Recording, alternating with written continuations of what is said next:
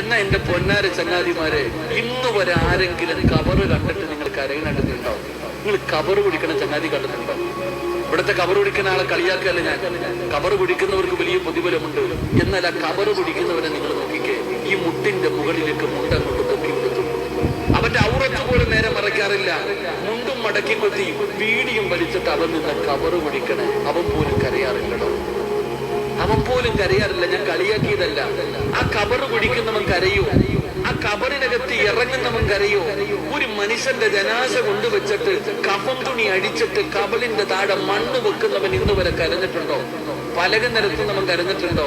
മണ്ണ് വെട്ടിയിടുന്നവൻ കരഞ്ഞിട്ടുണ്ടോ? ദുആ ചെയ്യുന്നവൻ കരഞ്ഞിട്ടുണ്ടോ? അല്ലാഹു മുഖ്യമ നൽകുമാറാകട്ടെ. ആരാ കരയ? നിങ്ങളൊക്കെ ഈ കബറ് പിടിക്കുന്നവനും കബറടക്കുന്നവനും കരയുന്നില്ലല്ലോ. അവൻ തമാശ പറയുന്നു, കളിക്കുന്നു. നിനക്കറിയോ, ലൗലം യഅലമു മാ യഅതീഹി ബഅദൽ മൗത്ത് മാ അകില അകില വലാ ശരിബ ശുർബ ഇല്ലാ വഹുവ യബ്കി വയദ്രിബു അലാ സദ്രി.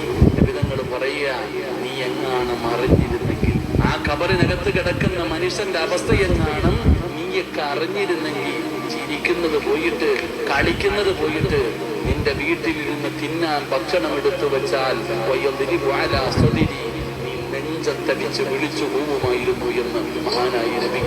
ഖബർ കണ്ടാ കരയുമെന്ന എന്ന എന്റെ പൊന്നാര ചങ്ങാതിമാർ